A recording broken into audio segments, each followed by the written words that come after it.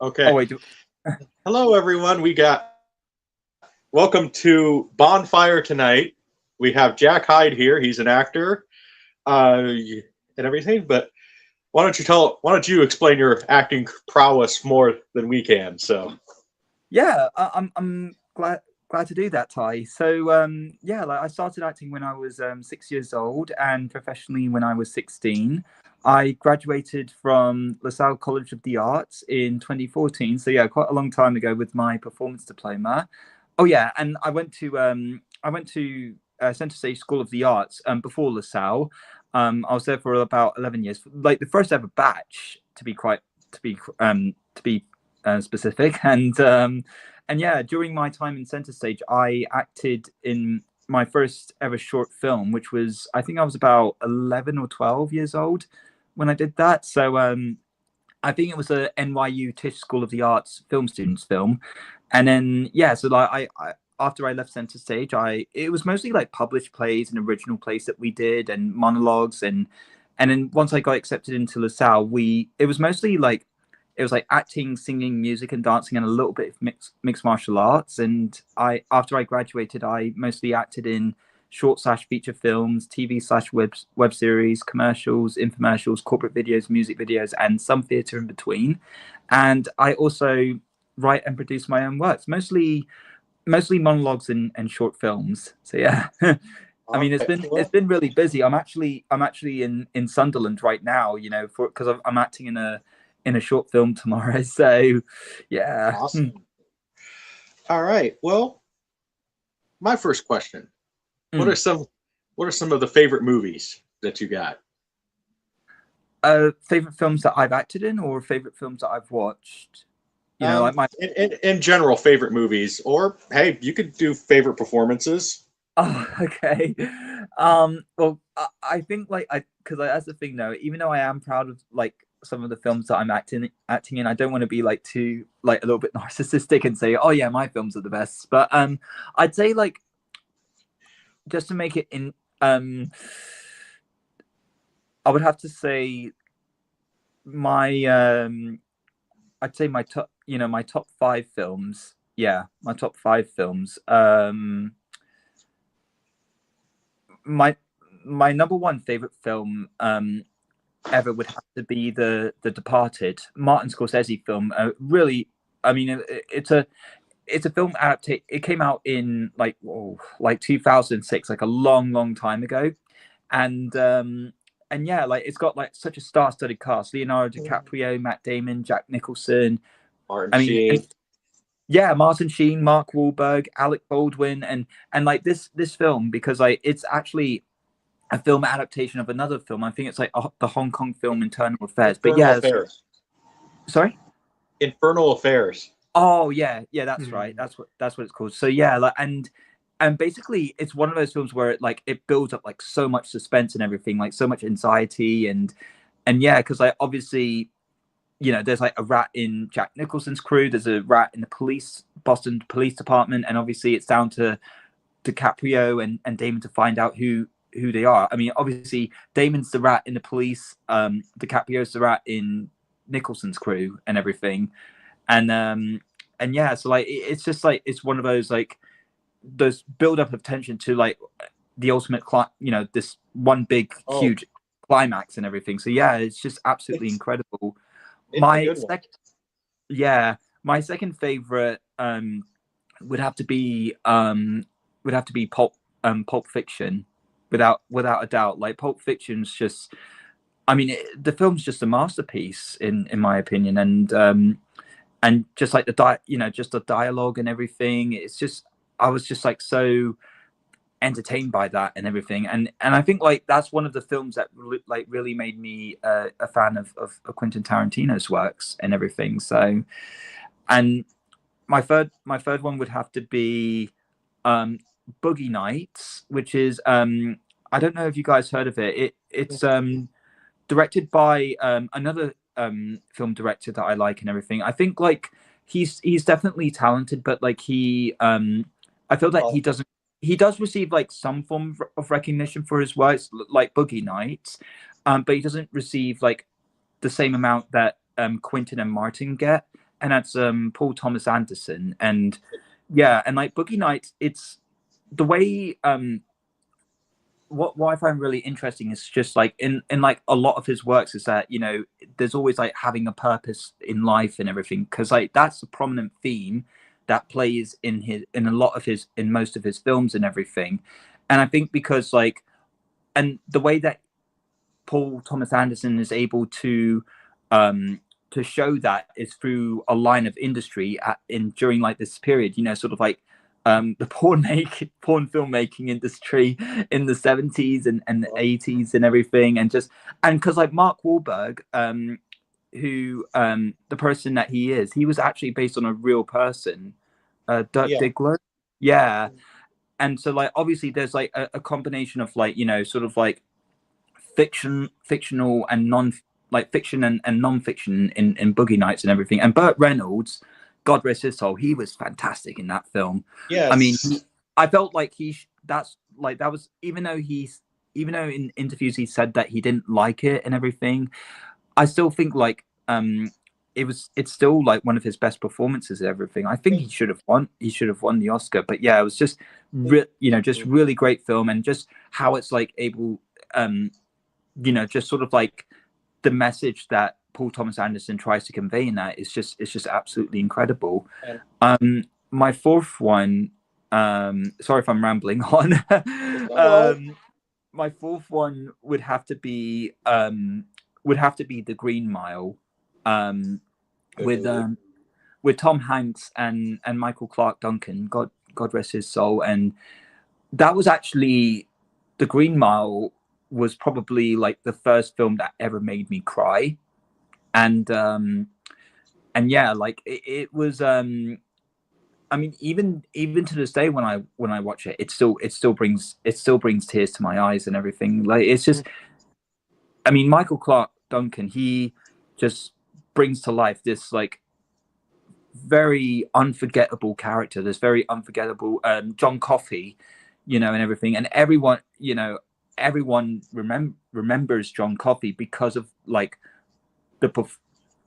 how much life Michael Clarke Duncan brought to that role and everything. And you just, at the same time, you want to support him, and at the same time you want to feel sympathy for him and everything, because spoiler alert for anyone that's not seen The Green Mile, because like Michael Clarke Duncan, he's innocent, so yeah, I mean, it's just it's one of those films that really pulls at your heartstrings, and it's just so emotional, and it's quite devastating to watch, quite frankly. But yeah, like it's definitely number 4, The Green Mile. Number 5 would have to be The Jungle Book, not the live action one, the animated one that came out in, oh god, like 1960 something. Yeah, that's it. 1967. That was because that's the thing though. That is The Jungle Book was, as bizarre as it sounds, like The Jungle Book is like one of those films that really got me into acting and filmmaking and everything. Just it's just like, everything about it, just sort of like the amazing and sometimes hectic adventures that these people or characters, in this case Mowgli, go on and everything. It's just absolutely, I was just really drawn to that, like The Jungle Book, as well as like a lot of other Disney and Pixar films and DreamWorks. I was really moved by that, as a kid. I was just like, not moved, but like wowed by everything in it. And The Jungle Book, it's I mean, my nephew who is 1 year, who's like about a year old now, he loves it and everything. So like kind of like the same way like I did, when I was a kid, when I was a little kid, like watching it and everything. It just brings a huge smile on my face. So to my face. So like that, those are like my my top 5 films. No, Boogie Nights is a good movie, and what I like about it, and by the way, it's a good thing I'm not monetized because thanks, Jack. You mentioned the P word. Oh, oh shit! Sorry. You're all cool. You're all cool. I'm not monetized, so Oh it's okay. shoot! Sorry. It's all right. Don't worry. I'm just teasing you. Oh, I should. Oh, I I'm should. teasing you. I'm teasing. It's okay. Don't worry. Oh my god, you really got me there. But no, I'm not monetized, so it's okay. No, but Boogie Nights is cool, and what I like about that movie, it's kind of like an allegory mainly for Burt Reynolds' career in some ways too. Yeah. Because at that time, he plays a director who was kind of down and out, and Right. he was down and out too. It and as a huge fan of Burt Reynolds, I mean, think he is the I believe correct. Someone can correct me if I'm wrong. I believe his record has never been broken. He's the only box office actor to have 7 number one hits in a row. Wow. I believe his record has not been broken. But no, great movies. And I agree. The Green Mile. It is a good movie, but it is one of those movies you have to be in that certain mood to watch. Yeah. I And think because I think Ty, you said it the best, with the Green Mile and everything. It's one of those films where like you have to be like prepared for it, like emotionally, because like obviously, it is going to be, it is going to be like quite an emotional and sometimes like not tough watch. I'm not saying that like the film is bad or anything, but yeah, it's one of those films where it's like, you have to, buckle up, get ready, because it makes you it's not look. it's not I gonna, mean, it's it not going makes to be the like, toughest. Sorry to yeah, interrupt you. It makes the toughest of men become a bunch of crybabies. So yeah. yeah, Well, I but mean, no, there's nothing wrong with like watching, crying like when you're watching a film or a TV series, because like if you're like when you're when you're watching something, right, and if it makes you feel a certain way, like it resonates with you, then yeah, that's powerful in itself, exactly. Well, and plus, what I like about the movie is it handles the tough subject matter. Mm, In the Deep South in the 1930s, but it handles it in a way where you understand both sides. If we catch, I'm trying to yeah, do that a little bit, but it's really a powerful movie. And The Departed can't, wow, that's an incredible movie. And The Jungle Book. And what I like about that movie is that was one of the last movies that Walt Disney was heavily involved with was in the animated films, because that's when he kind of before that he kind of took a break, mm, and then Walt Disney died during production. Uh, yeah, and so in a weird way, that movie is like it's like the perfect swan song movie to like the animation career of Walt Disney. And yeah. I and think, yeah, I think, can't go wrong with the songs. Bare yeah, Necessity.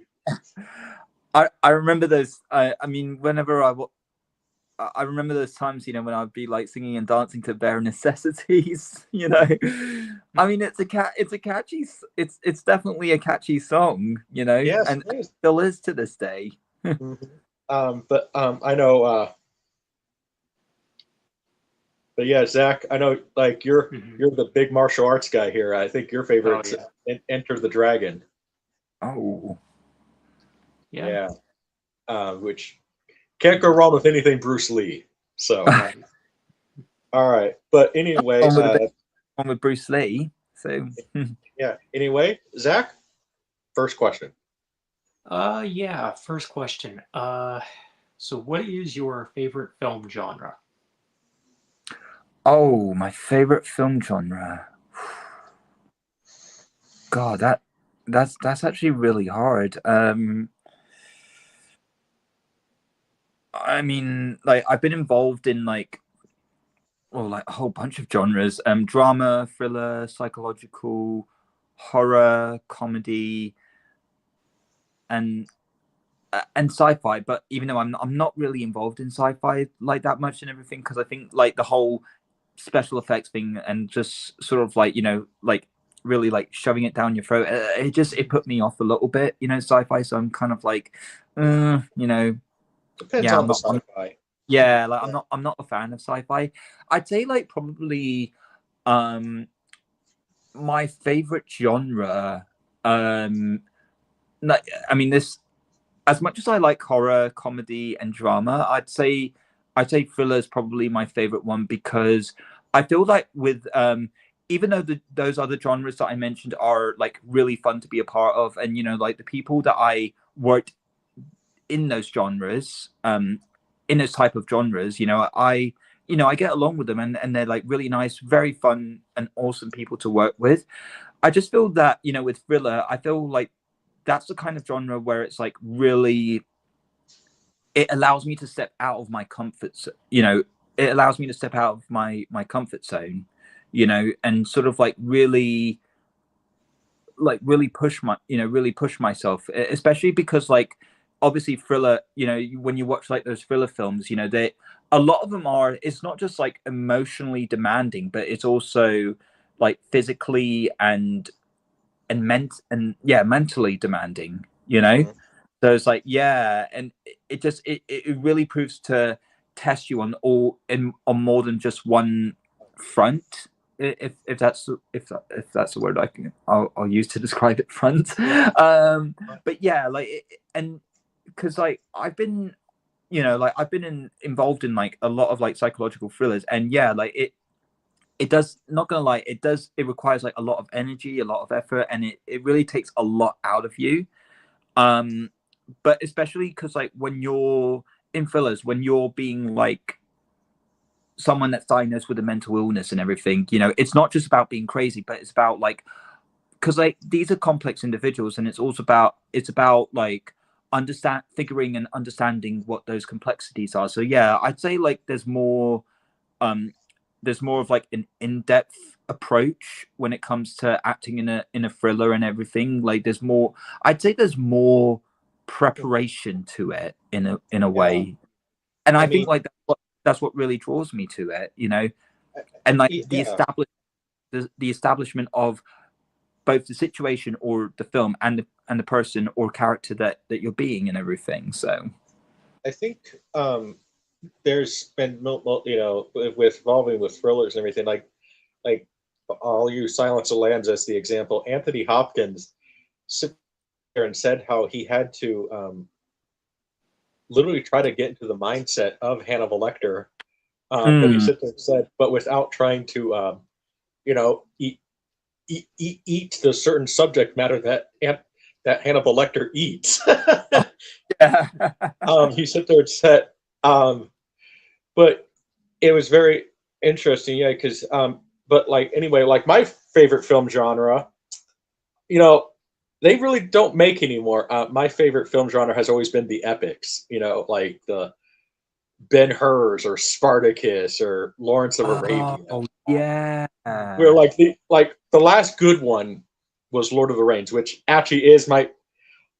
It's a case of me being a big fan of classic cinema. I want to say my favorite film of all time is one of those, but it's probably Lord of the Rings, and I combine them all into one movie. But Mhm. I that's my favorite genre is the epics, because it's Oh like where like these movies, it was 10,000 extras on screen, and these people just got paid $100 just to be in a movie, yeah.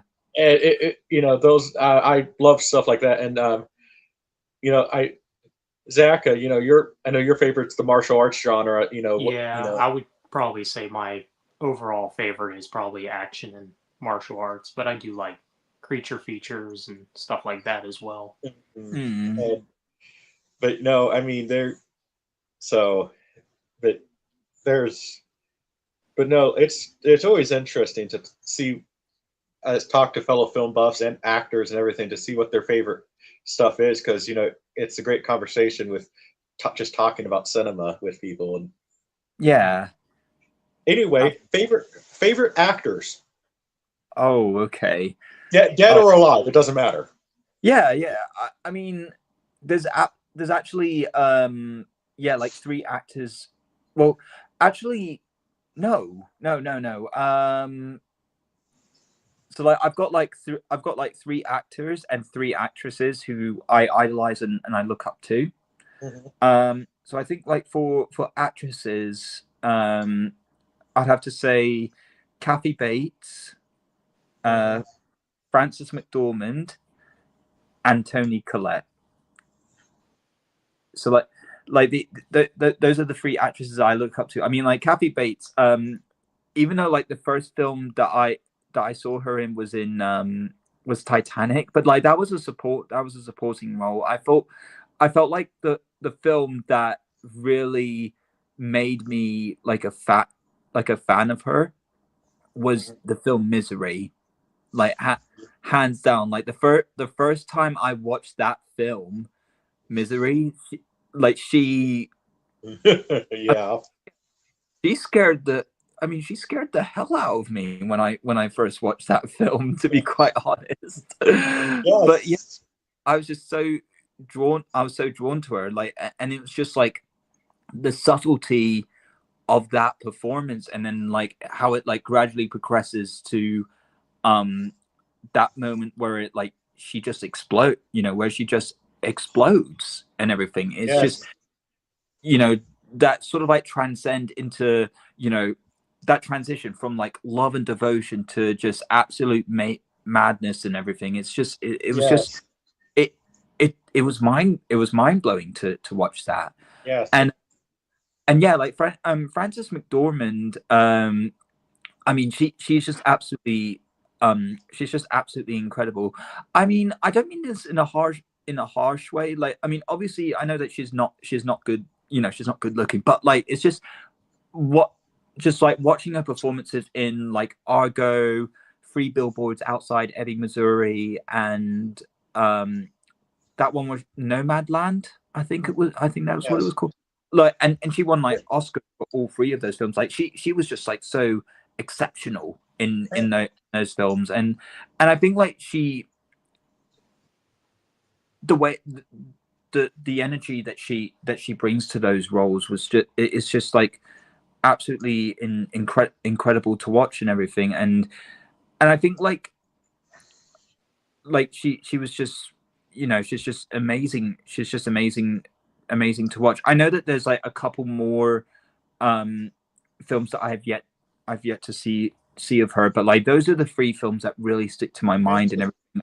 And that just makes me like a huge fan of hers.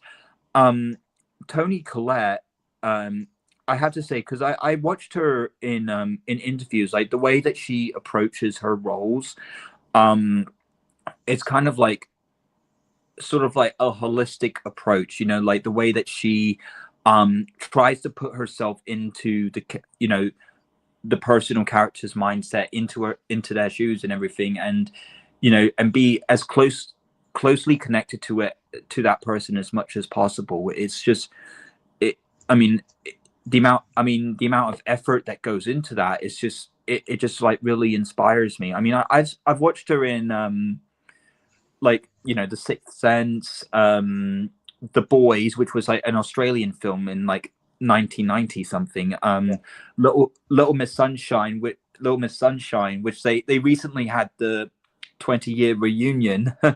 And I think like a lot of the her performances in the Dream Horse, which is like another great film, like I'd say like Dream Horse is where she had to talk in a Welsh accent, like she very underrated film. And Hereditary, she was like really intense, like very intense, like intensely good in that film.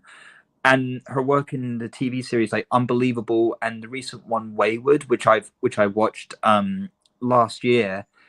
And like in some cases, like she's quite chameleonic and everything. Like the way that she puts herself into those roles and everything, like just not just like emotionally but mentally and physically, it's just incredible, Yes.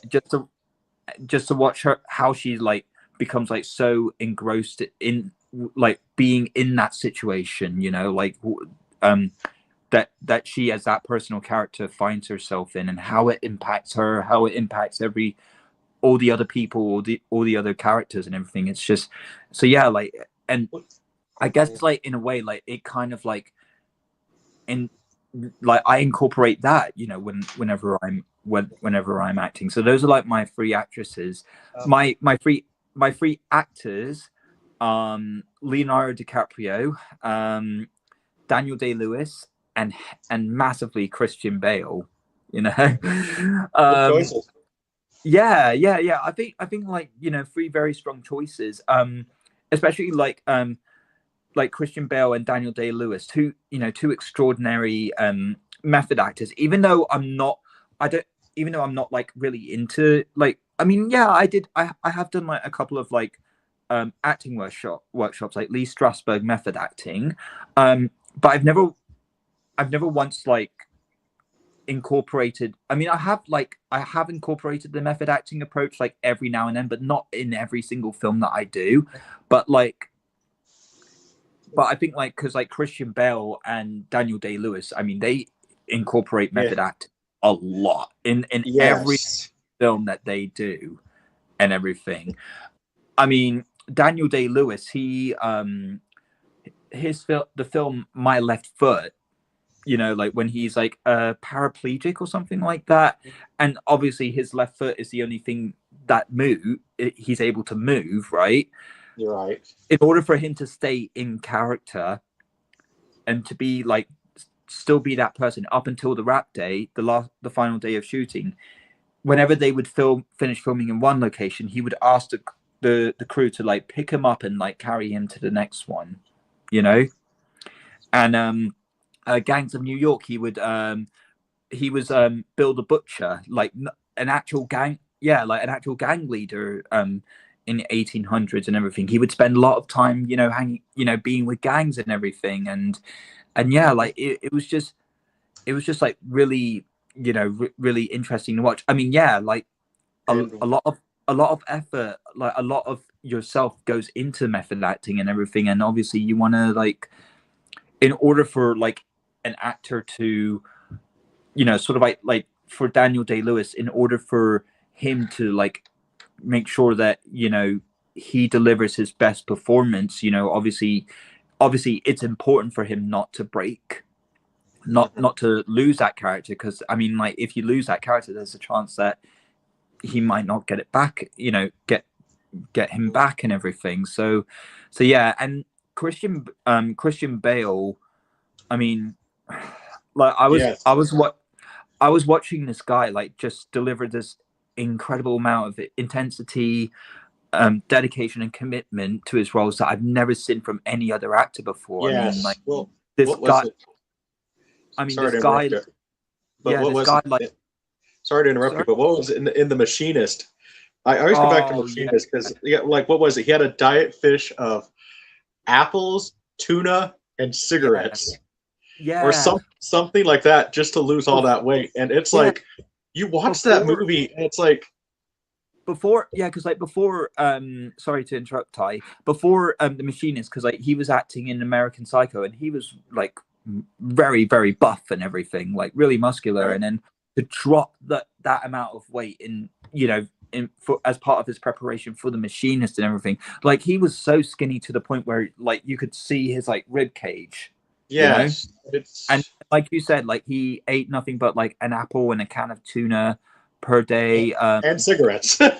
yeah, like he would smoke cigarettes, he would have a shot of whiskey, and yeah, like, and a lot of people were like really concerned because, like, you know, because he had, spoiler alert for anyone who's never watched The Machinist, because he had to do like a lot of running scenes, and they had like, obviously they had like paramedics on like standby, you know, just to make sure that he was, you know, like, you know, he didn't like collapse or anything. So yeah, like he was just like, I mean, yeah, he would like lose so much weight for The Machinist, and then sort of like gain back muscle mass, you know, for, you know, the first for Batman Begins, the first Christopher Nolan Batman film, and then I think he would like, you know, he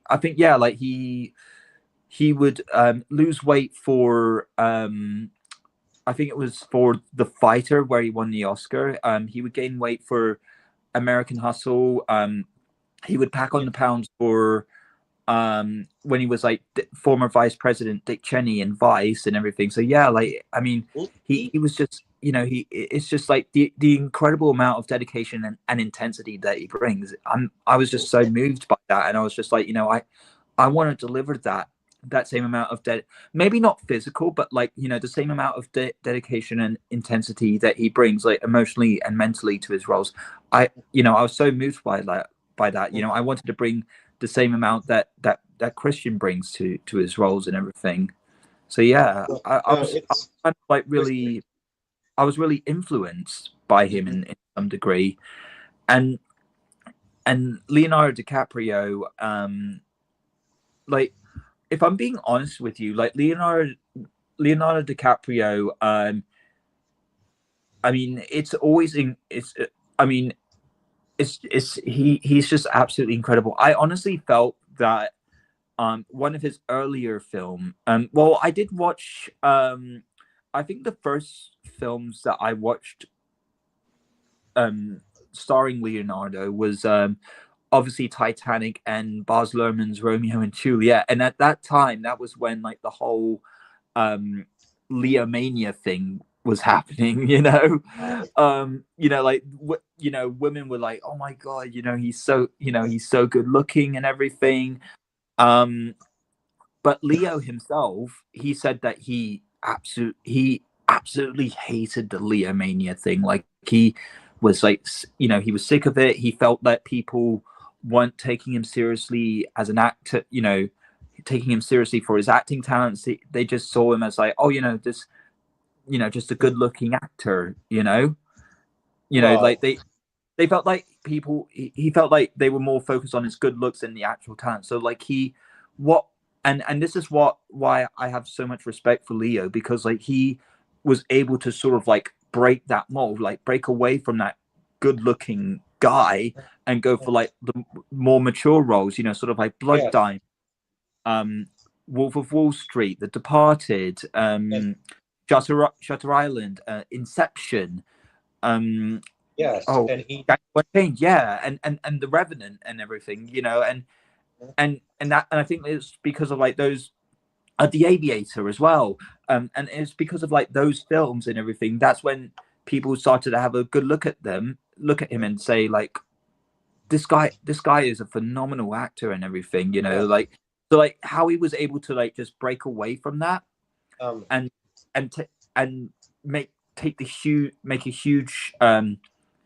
make a risk, take the risk of like doing more mature roles, and able to do that well. It was just incredible to see. Yeah, one of my favorite roles that he did, especially in Leo Mania, that doesn't get talked about a whole lot, Man in the Iron Mask. Oh yeah, that's another film that I watched.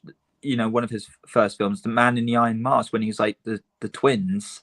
Yes, it's a very interesting role, and it's actually a sequel. For those who don't know, it's actually a sequel to the Three Musketeers book. Oh yes, yeah.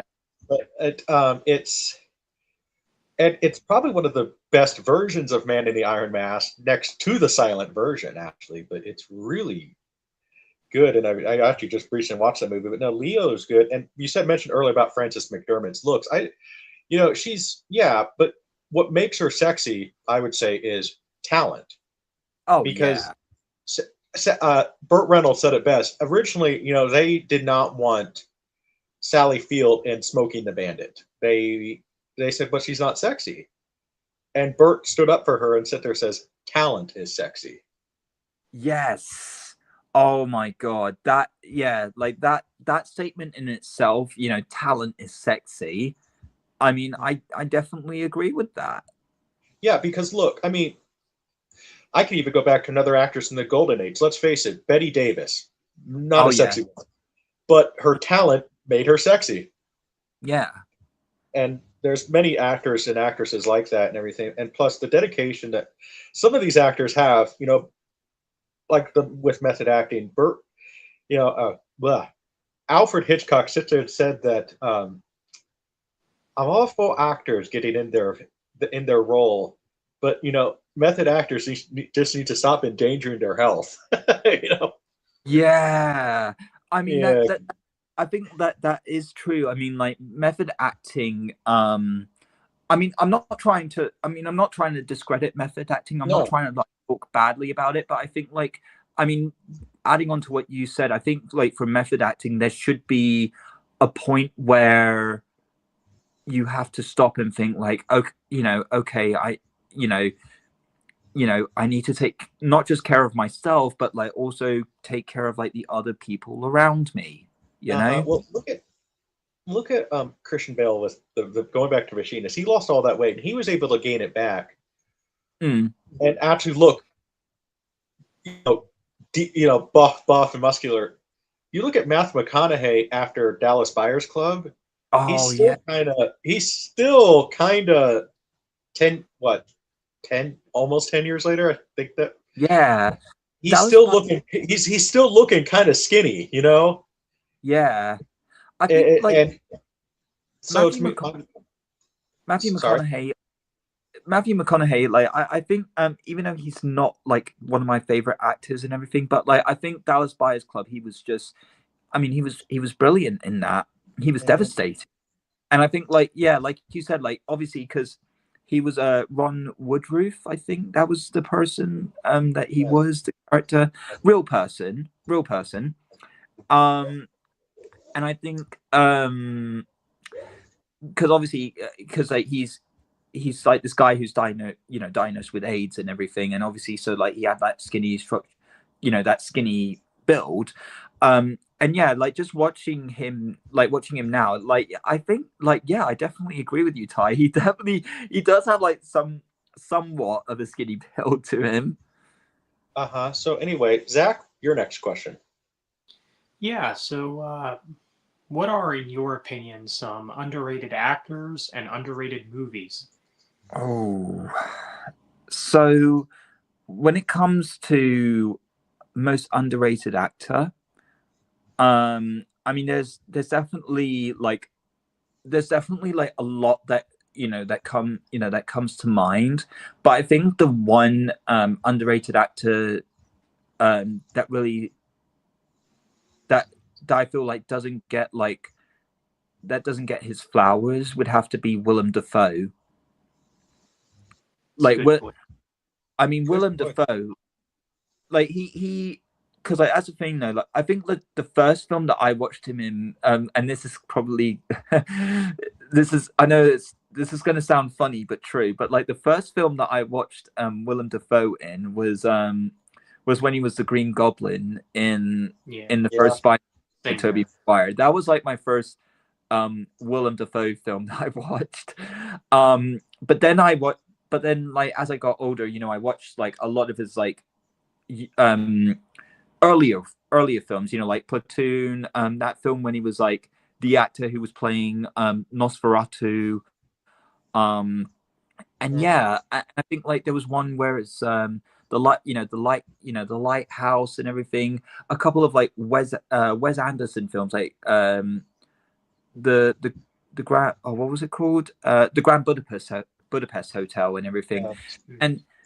and yeah, like I was just and I remember like one of my friends recommended this film which also had him in it. So basically he's like some sort of like artist, like some sort of like thief or burglar who breaks into like this rich guy's penthouse and everything and tries to steal his artwork and everything, but then all of a sudden like the penthouse like goes into lockdown, the alarm goes off, it goes into lockdown and everything, and he's like stuck in there, and he's just like, and as the days go on, like he starts to lose, his sanity. He starts like drawing like his own artwork on the walls and everything. And yeah, like, and it's sort of like, I mean, yeah, you do have like other people, like other characters, involved in this film, but like 95% of the time, it's always Willem Dafoe. So it's like, Right.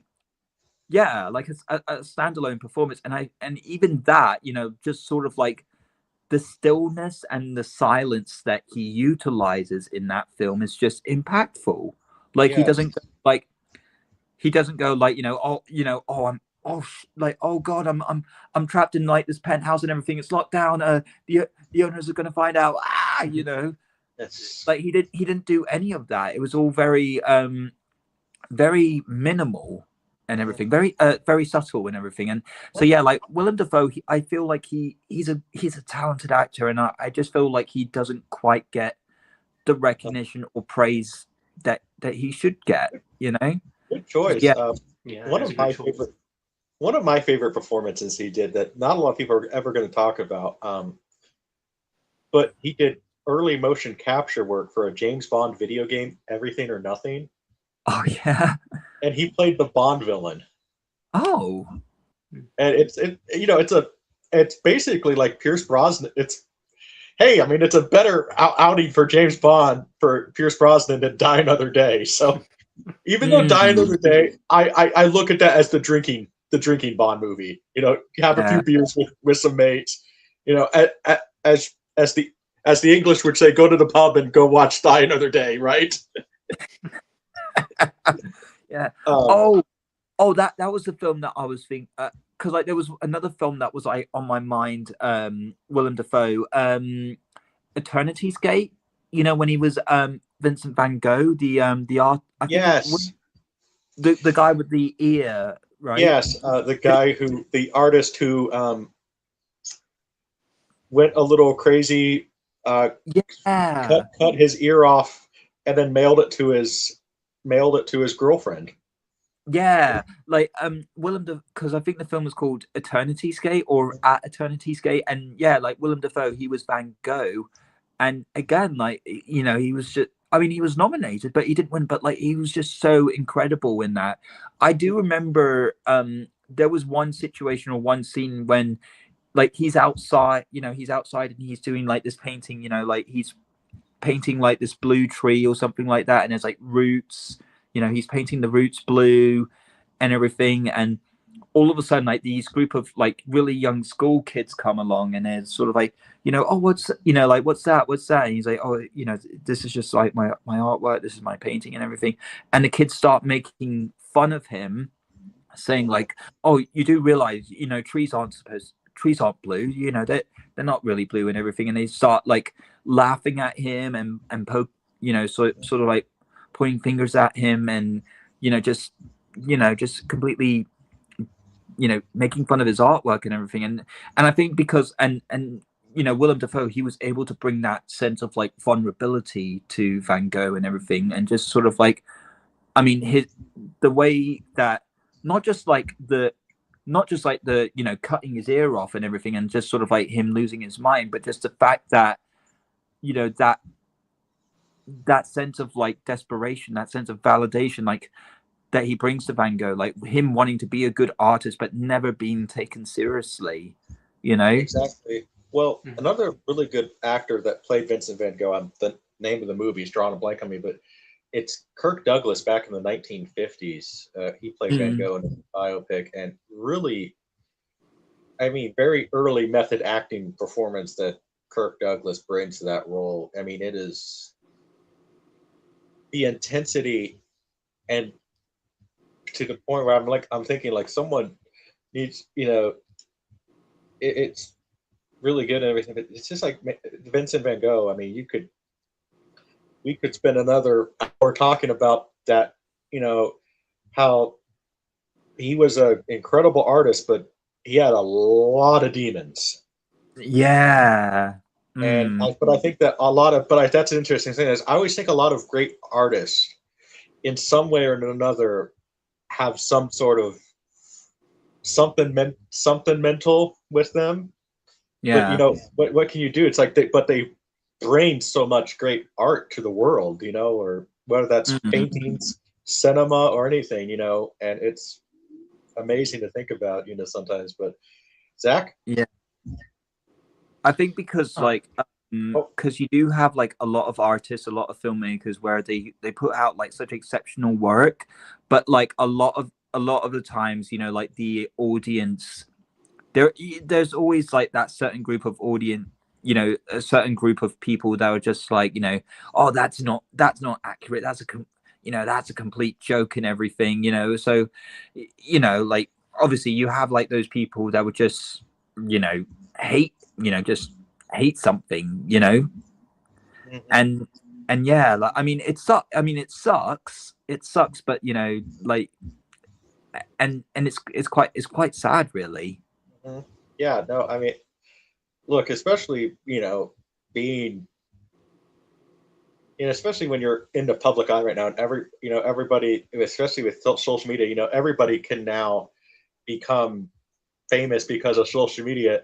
And so I think sometimes people just need to realize, look, sometimes people just aren't going to like your face for whatever reason, Yeah, I think what I was going to say was like you can't please everyone. That's what I was Yes.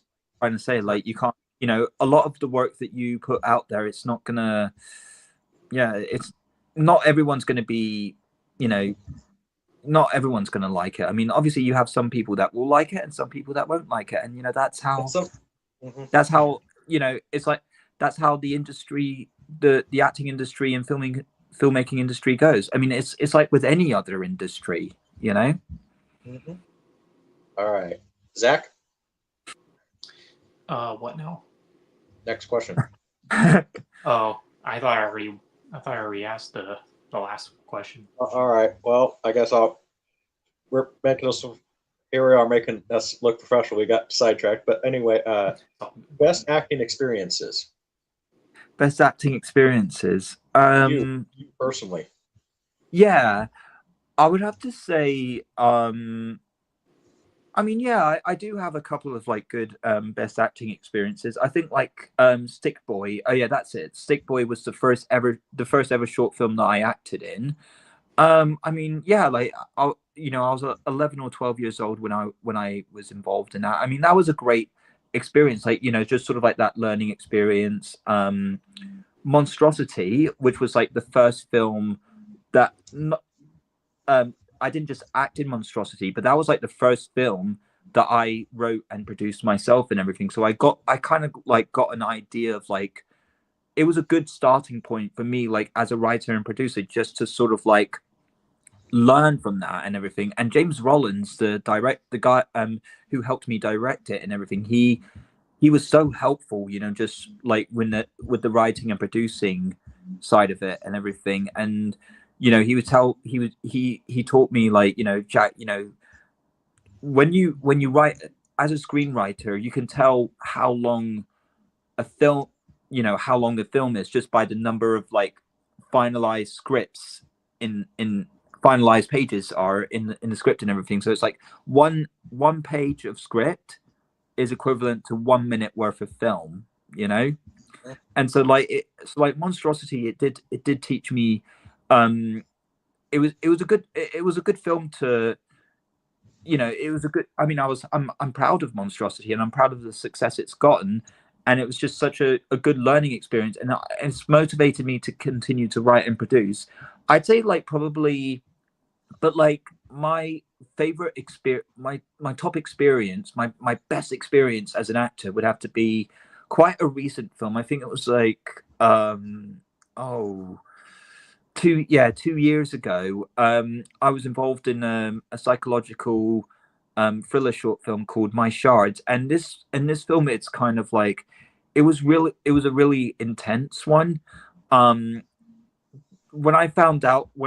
first time I found out about My Shards, it was on a Facebook casting call. I had just got settled in the UK. Like I was living in Singapore for 28 years, moved to the UK, got settled and everything. I was like looking for acting work, like mostly on the UK casting call pages on Facebook that I was a member of.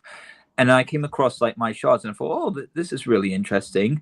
And there was like no audition process. Like there was no in-person audition, no self-tape request. It was just like, for those that are interested, please. It was Irina Chobotariou, the director and writer and producer of that film. She said like, those that are interested, please DM your show reel to me, and I'll let you know like what whether or not, if there's a role that's suitable for you and everything. So I sent her my drama show reel, and right away she said like, oh yeah, Jack, I watched your show reel, really liked what you did, really, really love your appearance, your presence and everything. I think you're suitable for Jaden, who was like the main lead and everything.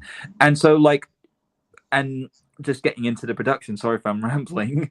My shards, so basically it's about this guy called Jaden, who is a recluse. He's an introvert. He lives in like this very small, very cramped cottage, and sadly for him, he's diagnosed with severe schizophrenia and everything. So like and obviously like and due to his schizophrenia, it's like it's really affecting him bad. It's really affecting him. He doesn't go out that much. Wears the same he wears the same pair of gray pajamas every day. He doesn't take care of his lifestyle. His life. The way that of living and everything. And due to his schizophrenia, he has these three people, these three personality or shards, like my shards. And it's like William, Trevor, and Megan. And basically like each one of them is like sort of like a different part of him. Is like, Megan's sort of like, the down to earth, like romantic version. Trevor is like the party going like animal, and William's I guess like more of like the egotistical side. And because like he's hanging out with these personalities, these shards, there's kind of like a childlike quality to Jaden, and everything, because like when you're playing with a shard of glass, you think, oh yeah, this is so cool, this is so awesome, but there's a chance that you might cut yourself. And that's exactly what's happening with Jaden. The more he spends time with these shards, not physically, but like emotionally and mentally. So like obviously he thinks like, oh yeah, I'm hanging out with these three shards, they're awesome to be around, I trust them completely. But at the same time, he's oblivious that these shards are actually hurting him. Like it's affecting, it's affecting his life. Like, he's stopped taking the medication that has been prescribed by his doctor. He's drinking copious amounts of alcohol. He's getting into arguments with his sister, who's trying to get him to see a good doctor and everything. So yeah, it was kind of like not just being not crazy. Not, I wouldn't say like a lot of this when I was Jaden, a lot of the stuff that I was saying and doing wasn't really crazy. It was just sort of like out of like anger, fear, paranoia, and more importantly, just being misunderstood. A lot of people don't understand, him, and he doesn't understand other people. And I think like, and so like when we were putting in pre-production, when we were putting because I worked really closely with Irina, and we were just sort of like finding ways to like really establish Jaden, like build him up brick by brick. And she was telling me to like watch all these she was giving me all this material that she wanted me to watch, sort of like Peter Green, God rest his soul, in the film Clean Shaven, when he's this guy who's diagnosed with schizophrenia. He gets discharged from this institute, and he goes on this road trip to find and reconnect with his estranged daughter. But at the same time, due to his schizophrenia, he's struggling to adapt to the world that he's not so familiar with, the world that's outside this mental institution that he was in. He's like radiostatic noises, an angry male preacher yelling at him, swearing at him, and so like I would watch that film, I would make so many notes, I would rewind it and like make note of every single subtle movement and everything. And Irina, she would say like, okay, Jack, watch Joaquin Phoenix's Joker laugh in Joker, incorporate that. Watch Daniel, who's this real person diagnosed with schizoaffective disorder and everything, and he has like these sensory toys, around him, and he's like, oh, whenever I because of my schizoaffective disorder, whenever I'm not able to tell what's real and what isn't real, I have like this toy that I would just sort of like hold and just do this to help keep me grounded. And that was another element that I put into Jaden. And one Oliver Quick, Barry Keoghan's character in the film Saltburn and everything. I would, she would get me to watch that and everything. And much like that, much like I did for Peter Green, for Daniel and Barry Keoghan's character, I would like rewind it and watch it. It makes incredible amount of notes. I wanted to make sure that I wanted to do justice for Jaden and make sure that he's not this crazy person. He's this vulnerable individual that's like struggling and everything. And there are other people that are like Jaden and everything. I wanted, that was what I was like wanting to get out there and everything. So yeah, and it was like really intense. Like especially during the production, I would kind of like, because Jaden was such a recluse and introverted individual, I would kind of like keep my distance from the cast and crew. Not that I have anything against him or anything. No, I get it. You're preparing for yourself for the role and everything. And, I just felt that. Sorry, I was going to sit there and say, with schizophrenia, it's always such a very interesting thing, because one of the things I'm always reminded of with schizophrenia is one of my favorite bands of all time, Pink Floyd. Their original lead singer, Syd Barrett, actually had schizophrenia. And now, at the time, doctors prescribed him LSD. Oh, no. Which obviously did not help his schizophrenia at all. Oh. And it got to the point where he would be sitting there on stage playing with the band, and then he would just, like they said, it just like Mr. Freeze just literally shot him, Oh my God! Wow. So if you've seen the movie The Wall with Pink Floyd, that is loosely based on Syd Barrett, and it is, that's why people said, "Oh, I want to see a Pink Floyd movie." I'm like, I really don't want to see a Pink Floyd movie, because it got so bad to the point where they literally had to kick Syd Barrett out of the band because he couldn't physically play any. He could still play. And, his last album that he did with Pink Floyd was Saucer Full of Secrets, but he wasn't really, he was more of a session player. Yeah. But then Pink Floyd then did some unofficial Pink Floyd albums that were Syd Barrett solo stuff. And the Syd Barrett solo albums, he only did 2 of them, are some of the most, like, they're very interesting pieces of music because you're literally listening to a guy who has schizophrenia writing music, and it's and I mean, I enjoy them but it's like they're interesting and everything, and it's just, and sadly Syd Barrett, he had such bad schizophrenia and addicted to LSD that by the time of 29 years old, he had to be in a nursing home. It's just a sad story. But it's horrible what happened to him. Like, but then Pink Floyd, it defined their entire legacy with their band, because like the entire album "Wish You Were Here" is about Sid, and it's no, but that sounds like a great performance. But sorry to cut you off there, but it seems like you're really proud of that movie, and I think that you should be. I think because like after my shards wrapped up and everything, I felt, I mean, it was really hard for me to say goodbye to Jaden, because I felt, because I put in like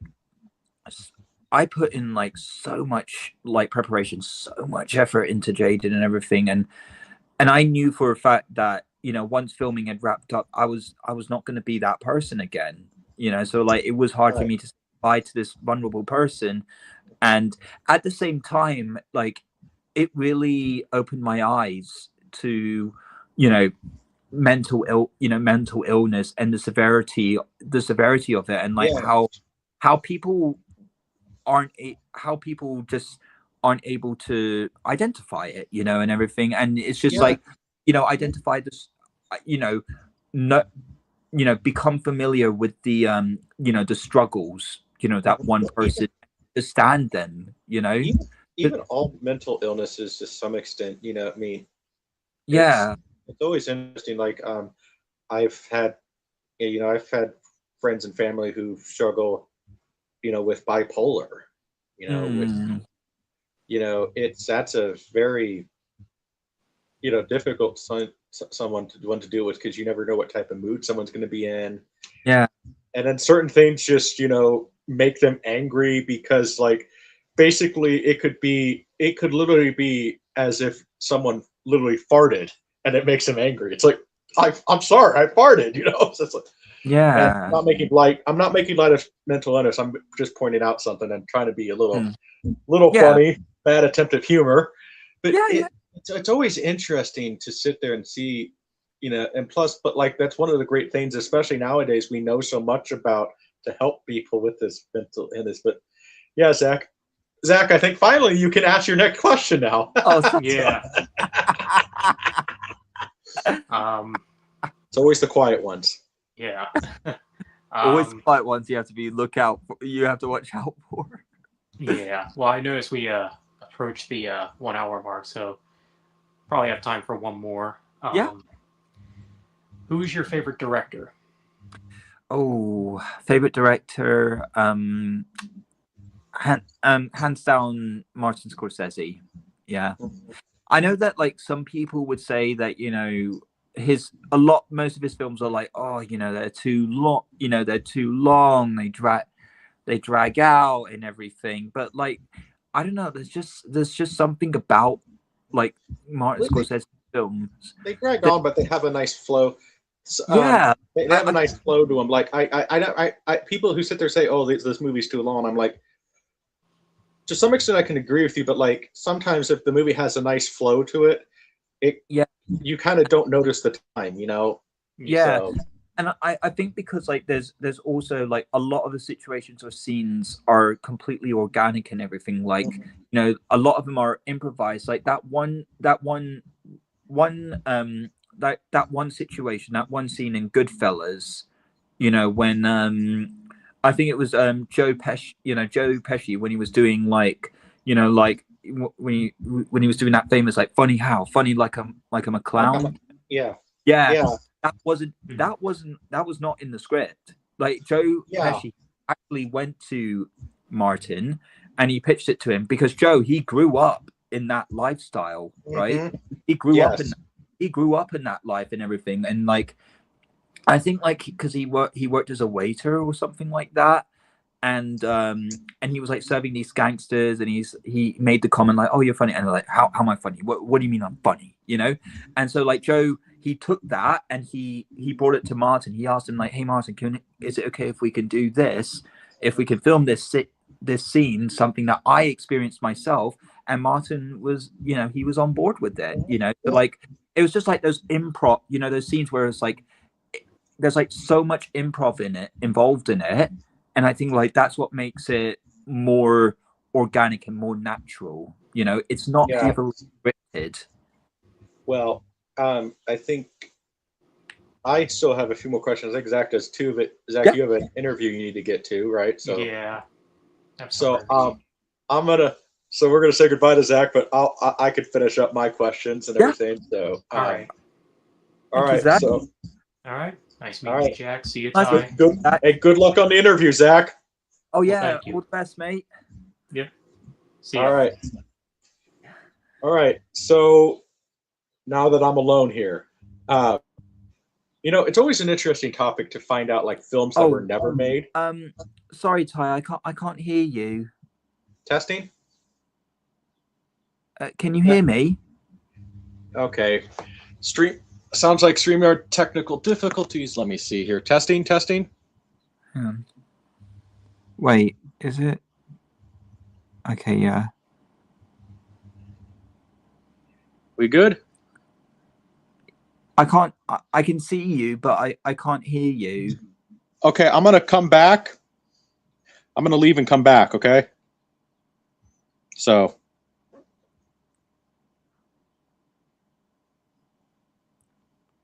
Hello? Okay. Ty, can you hear me?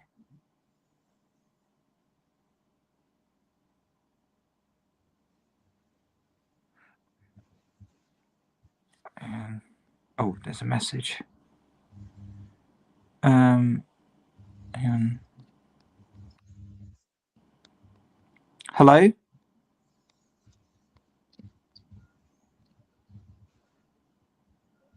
Oh, okay.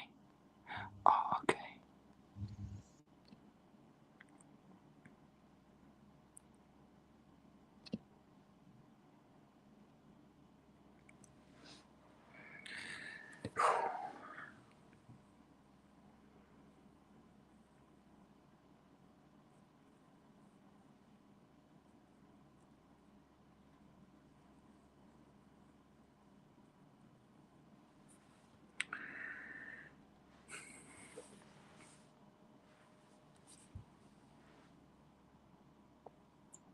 Everyone can see and hear you. Okay.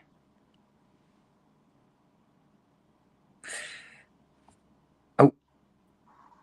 Oh, is Ty coming back? Testing. Testing. Oh wait, there's a little pool. Testing. Hello? Testing. Ty, can you hear me? Yes, I can. Ty, can you hear me? Oh, okay. Hang on. Because I don't think I can hear you. What the heck? Oh. Oh. What's going on? Ty, I think I'm gonna hang on. Wait, I'm gonna log out and then come back in. Okay. All right. I love it when technology doesn't work for everyone. Sorry about this, folks who are watching this. So we'll see here and everything. Again, I'm sorry, folks.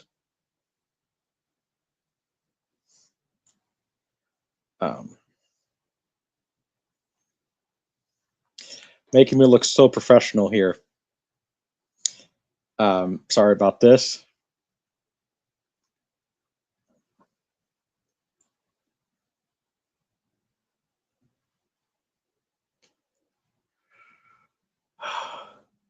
Yeah, I can hear you now, mate.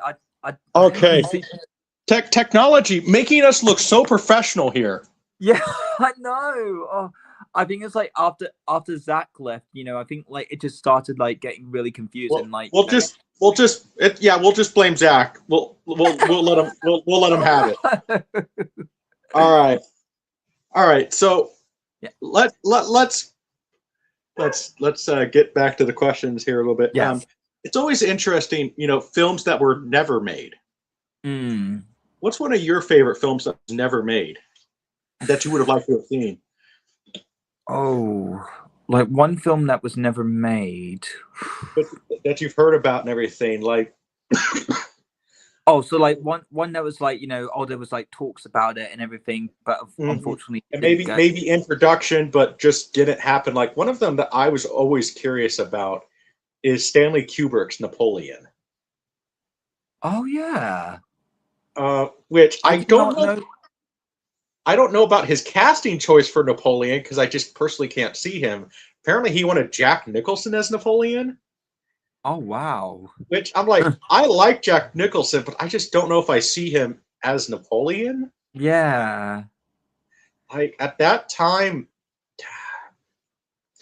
I think I would have probably gotten like Pacino or something, maybe. I mean, Pacino would have been a good pick. Yeah, but so like, what's one of your films that was never made that you would like to have seen? Oh, I mean, I don't really. I don't really have. I don't really have a. Yeah. Okay. Look, I don't really have a pick. I'm sorry. No, it's cool. It's cool, but no, it's always interesting. Like, yeah, to think about films that were never made because, like, yeah, there's, I think because like, I think like it is interesting because like, I think like when you talk about like films that were discussed about being produced and everything being filmed, but like in the end they just never got materialized and everything. I think like because like that kind of like surprises like a lot of people, like it surprises like a lot of actors and filmmakers. Oh wow, like, oh wow, didn't know that this director was going to be had plans of making that film, and it's a shame it didn't happen. But yeah, that's surprising in itself. Yes. Well, one of the ones that I would find interesting, going back to Kubrick, Mm. it was he was going to make a movie around the time of about a certain thing in the 1930s in Germany. We can't say on YouTube, but we know what I'm talking about. And he was going to make a movie about that, but it was releasing around the time of Schindler's List, and that's why he didn't make it. But it was a very interesting story about not well, I can't say it, but the stormtroopers, German stormtroopers. That's what I'll say. German stormtroopers. Well, that's what they were called. So yeah. So it was about a German stormtrooper who fell in love with a Jewish girl in the camps. Oh, so and it was a very unique. It's always interesting, especially film buffs always talk about Jodorowsky's Dune. So it's like a male German stormtrooper that falls in love with a Jewish girl. Yeah. Wow. I mean, I'm sorry, but like when you mentioned that, right? This kind of like reminds me of like this one British film, The Boy in the Striped Pajamas. Oh.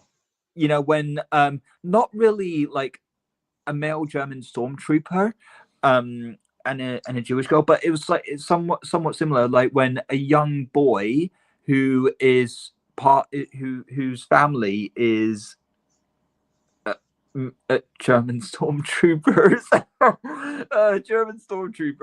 and he becomes friends with this Jewish boy and there's like a fence between them, right. No, I've seen but the like movie. obviously the Jewish boy, he's in like the camp and everything, and yeah, and they become like really good friends. Yeah. When you mentioned that film, that was like it was like, oh yeah, when you mentioned that, it reminded me of this film, like somewhat like a similar dynamic, Yeah. Well, I think that he was looking at he was even like looking at Elizabeth Hurley for the part or something. Oh wow.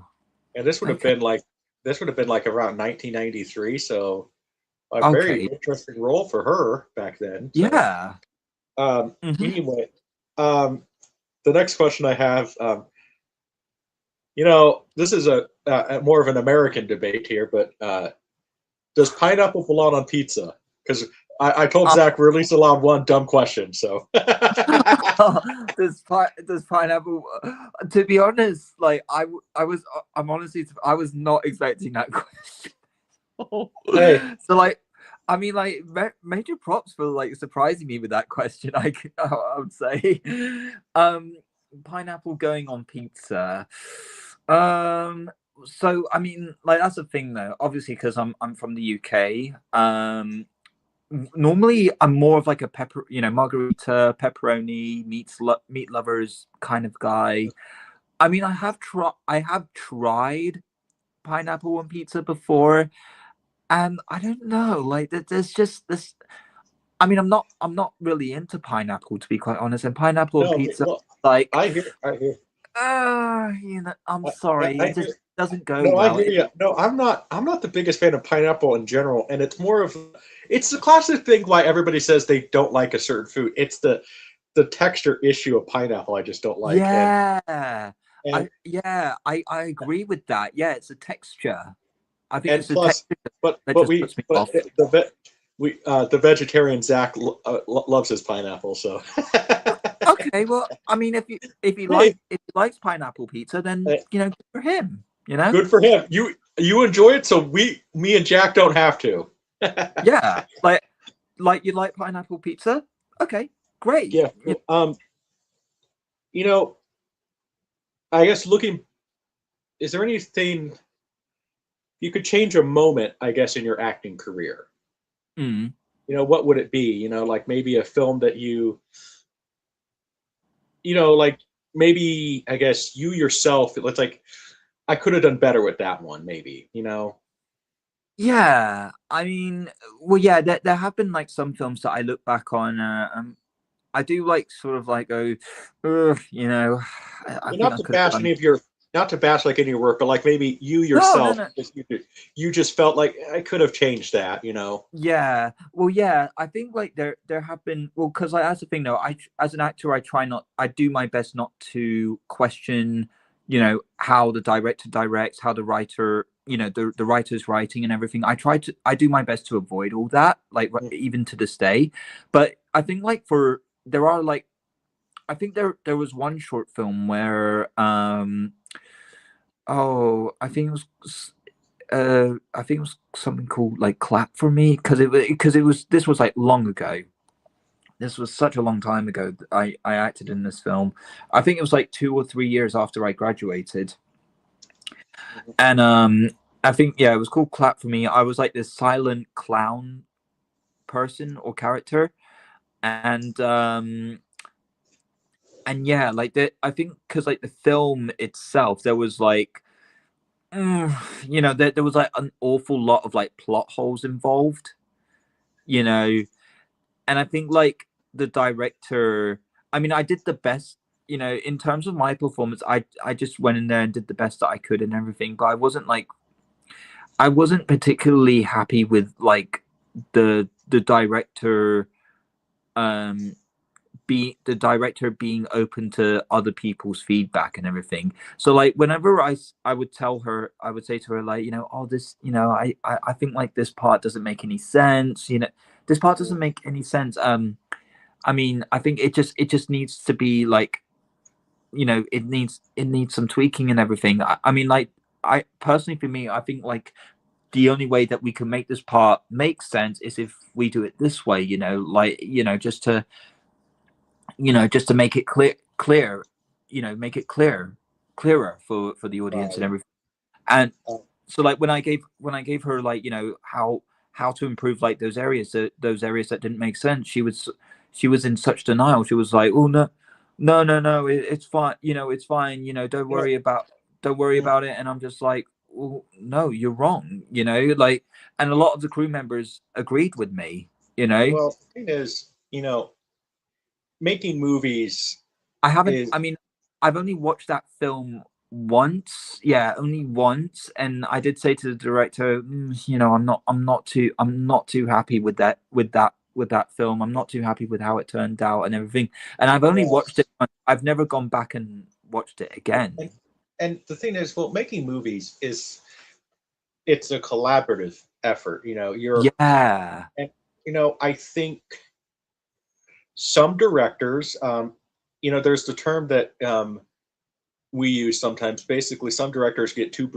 even when they're making a small budget film. It's like, dude, you know, uh, tighten the belt on your britches, there, buddy. Yeah.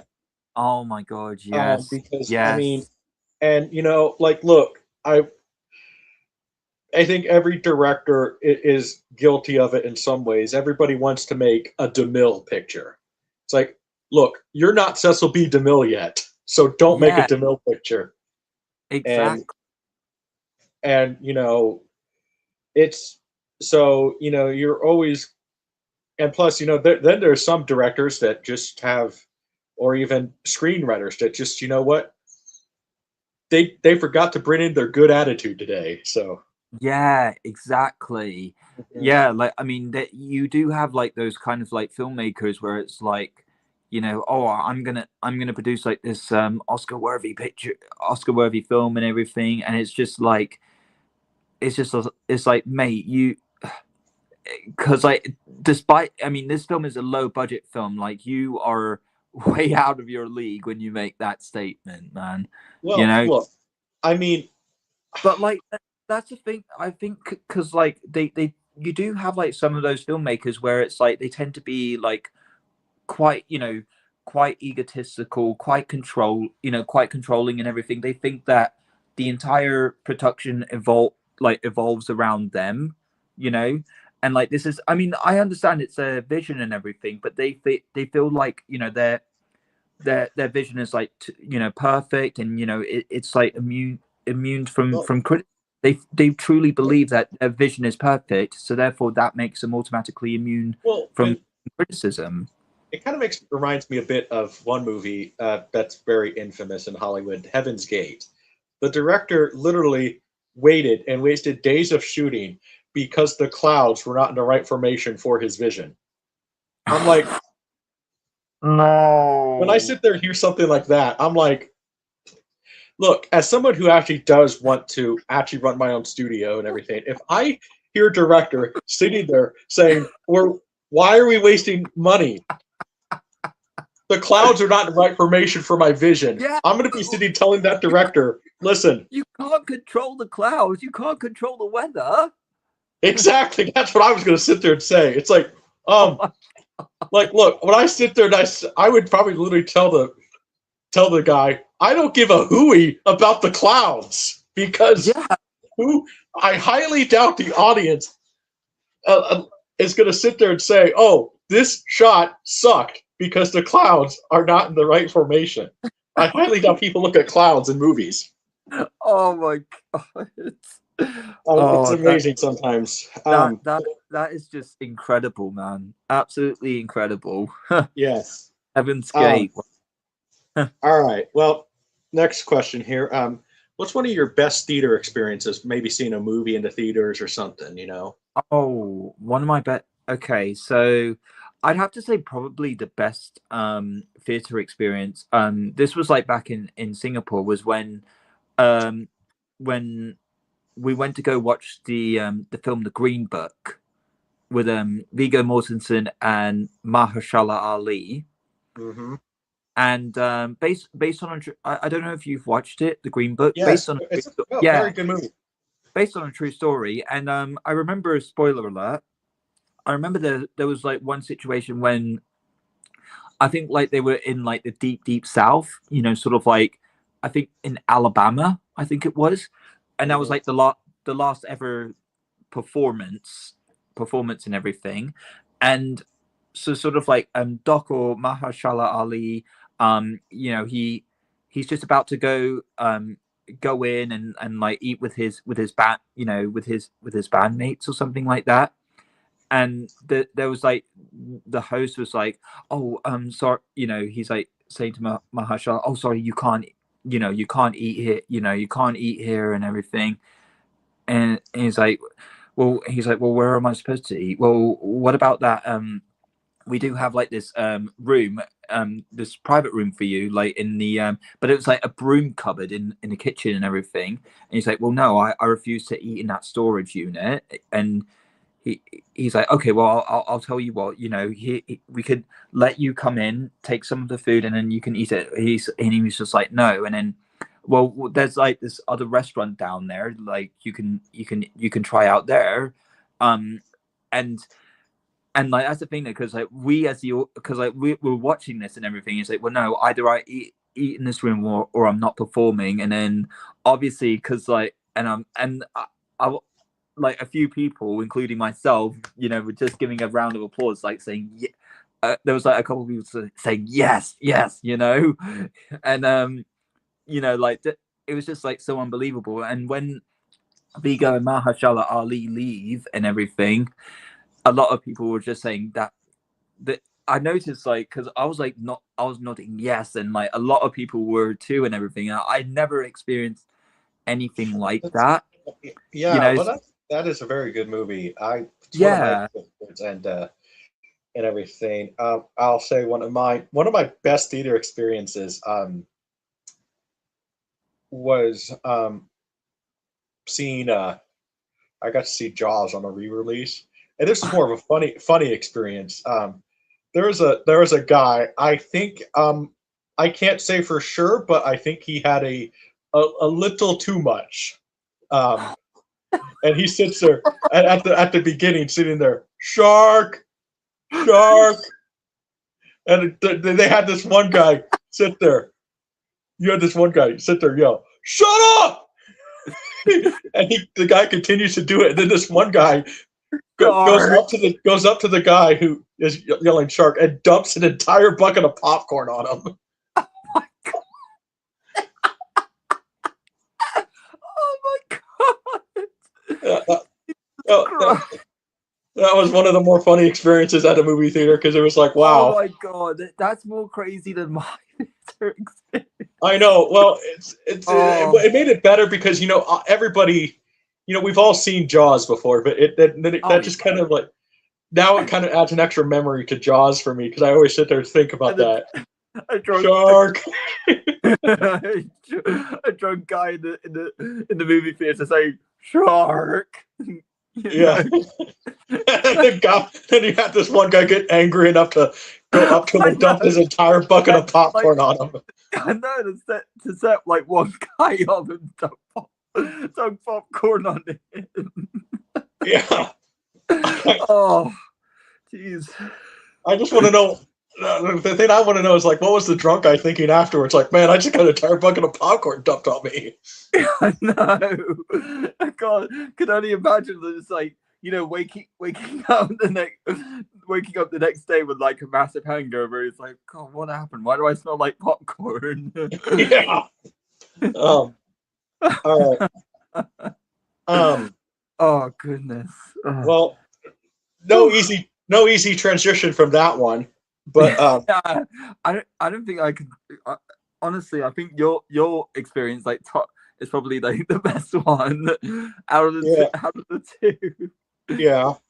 Oh. I mean, but anyway, no transition from that one for the next question. But actors you would like to work with.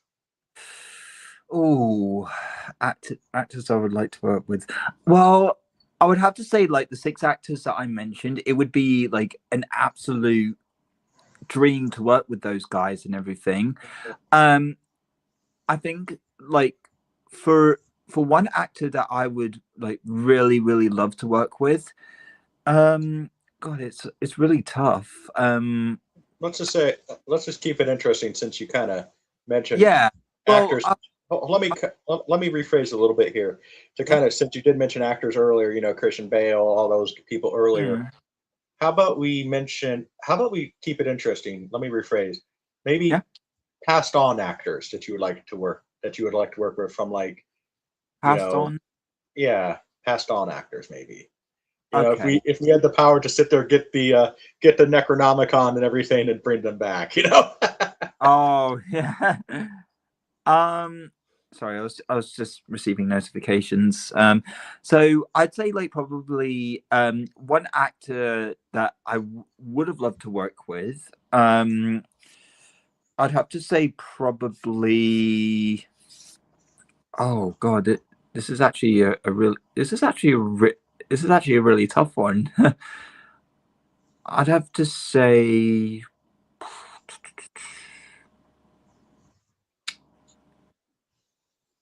I'd have to say Robin Williams. Yeah, I mean, because like Robin Williams. I mean, again, like the first film that I know that he acted in like other films before this one, but like the first film that introduced me to Robin Williams was the genie in Aladdin and everything. Like it just like the improv and just like the off the wall energy that he brought to the genie just made the genie so not just memorable but lovable and everything. And I mean, like, obviously, because when you think of Robin Williams, you think of like his comedic roles, like when he was like when he was in Mrs. Doubtfire and Good Morning Vietnam, Secret Poets Society, and like his I would have to say like his best film in my opinion would have to be Good Will Hunting, when he was Matt Damon. Yeah, and that scene, It's Not Your Fault, it still gets to me and everything. And yeah, like Robin Williams was just so terrific. And like a lot of people have said to him, like, what a night, even though he is like, like he was very like, out there and everything, like, like real, he just brought like this exuberant energy and everything, but at the same time he was just like this really honest and down to earth person, like really very nice guy and Well, everything. So like I'd you say know, Robin Williams would have been like one actor that I yeah. would have. Well, Robin. It's interesting because genies have been around in film for decades before the genie, Mm, and they always were kind of portrayed as the big macho, and yeah. mystical, or like even in Sinbad, the Seventh Voyage of Sinbad, the Ray Harryhausen version, they portrayed the genie as a little boy, Mm, and it's interesting because now, because of the genie and everything, now genies are kind of always portrayed as comical, and because of Robin Williams, mm, and some of his great performances to me, like one of his best performances, it's an early Christopher Nolan film, in Al Pacino, oh yeah. called Insomnia, Oh, I heard. Yeah. and Hmm. Robin Williams plays the bad guy, Oh yeah. and I remember. it is, it's intense to see Robin Williams, go toe to toe with Al Pacino, Yeah. and in some ways, he stands on his feet with Al, who Yeah. always brings it, and Robin, and that's the thing with Robin, it it's always the thing is, once we find out what happened, you know, due to his Mm. untimely death, because I can't say the word on YouTube, and I refuse to say the word that they say that they have you replace it with on YouTube, because I think it sounds very interesting to say, but we all But know what yeah. happened. We But all know like what happened. it was way. We It know was what way. happened. It was way more than that though. Like Yeah, there was like a lot of like health issues that he was yeah, going yes. Well, he had through. Lewy body dementia, which we mentioned Yeah. schizophrenia. My mom, you know, kind of told me a little bit about it. It's basic. It is basic. And look, don't correct me in the comments here. I'm not a doctor. I'm only asking my mama, who is a nurse, on what she knows. Okay, so don't.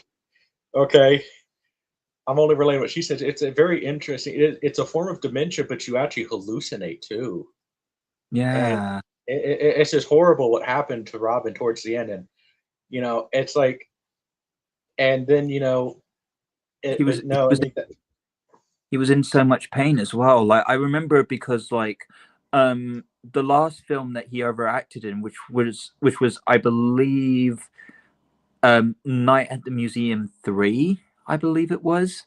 I think so. I think that's the last film that Yeah, that I was the think last film. But it like a was lot of last.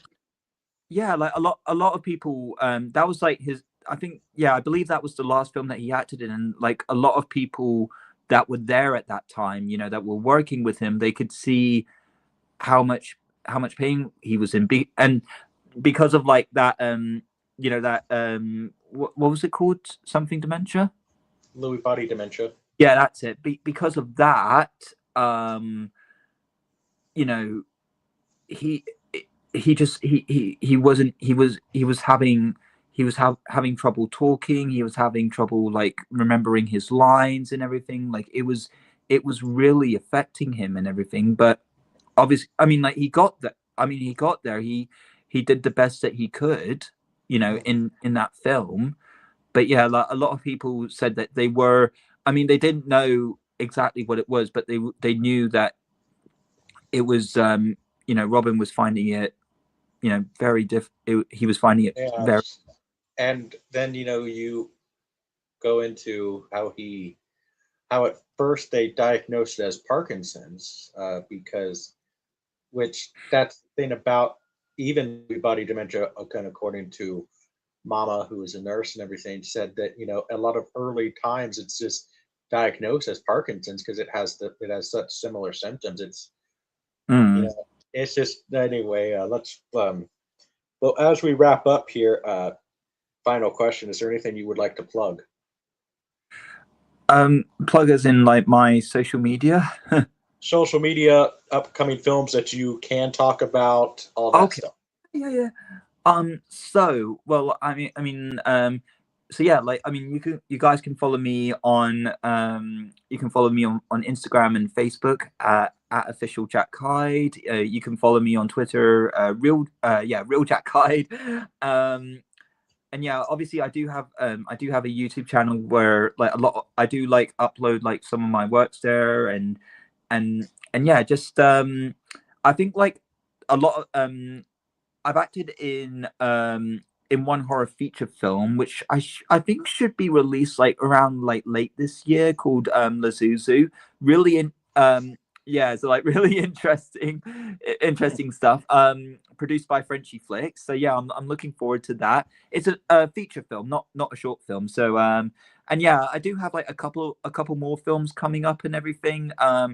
Some films that I'm acting in, and some films that have yet to be released and everything. I'm not sure exactly the ones that have yet to be released. I'm not sure like the exact when they're exactly going to be released and everything. But yeah, I'll definitely do my best to keep you guys updated on that. So yeah, I mean, Lazuzu, looking forward to that. All right, cool. Well, definitely be an interesting film, especially be based on the little connection with The Exorcist, because Pazuzu. Yep. Labubu and Pazuzu. All right. Well, hey, that's all I'm gonna. That's all I'm gonna give it. All I'm gonna say. Well, if you're not allowed to say that, then I didn't hear anything, and nobody in the chat heard anything either. So. Yeah. Well, yeah. I don't want to give like too much. Yeah, I too much away. So. I get it. But anyway, we want to thank Jack for being on Bonfire tonight, and hopefully, go and do all the stuff that you guys need to do. You guys know what to do to increase the stuff for the channel. I don't need to sit there and say all the malarkey. So, all right. Thank you. All right. Thanks, Ty.